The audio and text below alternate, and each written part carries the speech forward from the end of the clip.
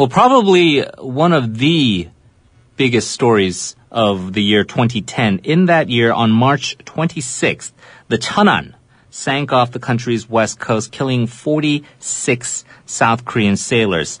There was a white paper published by the National Assembly's Foreign Affairs reaching a conclusion that the ship was sunk by a North Korean torpedo. Now, there were a lot of people at the time, and still up to this day, who had misgivings on the findings of this investigation. They felt that perhaps it was hurried, or that perhaps the conclusions were actually reached way too early. There is a film now. This film, entitled Project Cheonan Ship, made its debut at the Jeonju International Film Festival. It basically questions whether indeed North Korea was responsible for the sinking of the Cheonan, and it's become controversial, of course. We have a lot of backlash here. The Ministry of National Defense spokesperson Kim Min-suk requested a ban on the movie. Also, 3 Navy officers and 2 representatives of the bereaved families involved with the Cheonan filed an injunction to prevent the film's nationwide release. They're saying that it defames the reputations of those involved in the incident. However, the filmmakers say that the movie is not to be a subject of injunction. There is no necessarily political meaning behind it. All right, before we get this debate started on the controversial film regarding who caused the Cheonan ship sinking, we'll get your thoughts. You can text us pound 1013 on your mobile phone, or give us a message on Kakao Talk as well. The first expert we have invited is a professor of physics at the University of Virginia. On the line right now, Professor Seung-Hun. Hello? Hello? Professor, thank you very much for joining us. First of all, I'm sure you're aware of the controversy surrounding this documentary regarding the Cheonan. Your opinion on this injunction and the demand that they stop screening this film? Yeah, first of all, I'd like to give my deepest condolence to the families of the fallen soldiers. The focus ought to be about avoiding future accidents of this kind. The best and only way to do that is to find out what really happened and set the policies based only on the truth, not on lies. According to the families, they had not seen the movie. They had just heard about the movie from the Korean Ministry of Defense people. So it is the Korean Ministry of Defense who is orchestrating this lawsuit. It's quite telling how sensitively the Ministry of Defense is reacting to just a movie. It simply tells that their official conclusion that North Korean torpedoes sank the Cheonan ship is so shaky, and they are afraid that anyone who watches the movie will see it through.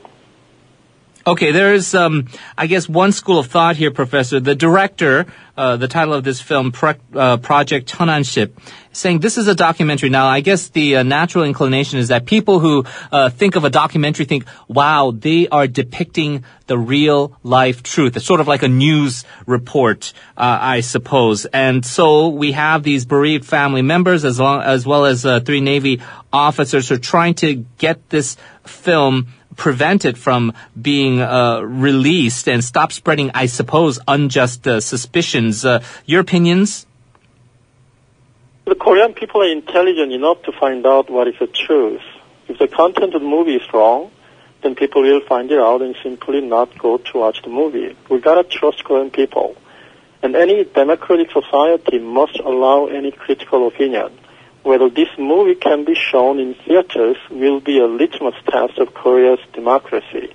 This lawsuit, orchestrated by the Korean Ministry of Defense, shows that the ministry is now trying to limit even the movies that people can watch. If the Ministry of Defense can decide what movies people can watch and what movies are too dangerous, then that seriously undermines democracy. Now, a lot of the people who, I guess, are saying this is definitely North Korea's fault. They were the evil guys who sank our ship. They'll say, look at the research. 5 different countries, part of this investigation 2010, this 309-page white paper. White paper, of course, sounds very official and thoroughly researched. And that was published in 2011. And there were various investigations. You had a prominent book on it entitled, translated into English, Science, Conscious, and Tracing the Cheonan Ship. You took a more skeptical view on the official government position as well as that multinational investigation. Do you still hold that skeptical position? Yeah, the final report, Cheonan and Baekse, was published in September of year 2010, not in 2011. In their final report, there are so many discrepancies in their data and interpretations of the data. I can also say as a scientist that some of the so-called scientific data presented in their final report are clearly fabricated. Simply put, there is no evidence that the Cheonan was destroyed by a North Korean torpedo. Now, that's a strong opinion, and it is coming from a person of a very strong scientific background as yourself.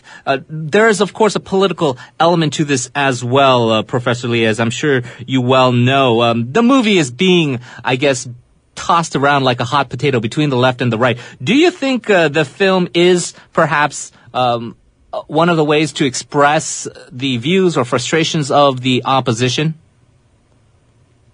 Well, anyone who reads my book will agree that finding the truth of the sinking of Cheonan ship calls for open discussions and dialogues between experts and non-experts with common sense. I believe that the open dialogue is what this movie is trying to achieve. Secrecy is a fertile ground for lies and oppression. It is our duty as a citizen to resist against such dark force. And also, it is the best interest of Korean society to encourage any efforts to find the truth about the tragic event. And I guess the final point on the bereaved families, because, we can talk about the scientific methodology and how the investigations went, but the bereaved members, as well as some of the current military officers, say it's not just a distortion of the facts, but also that it's defamation. It's ruining the reputation of the people involved in that. How would you respond to them? Well, we'll have to first find out what the truth is in order to judge if there is any defamation attempt by the movie. People who made this movie did really a courageous work to have an open dialogue to find the truth. Now is the time for Korean people to go and watch the movie and make their own judgment about this issue.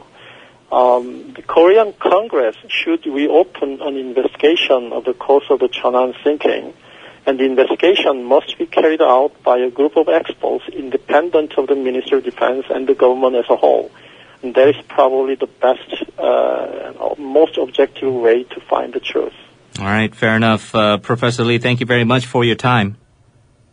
Thank you. Professor Seung-Hun from the University of Virginia.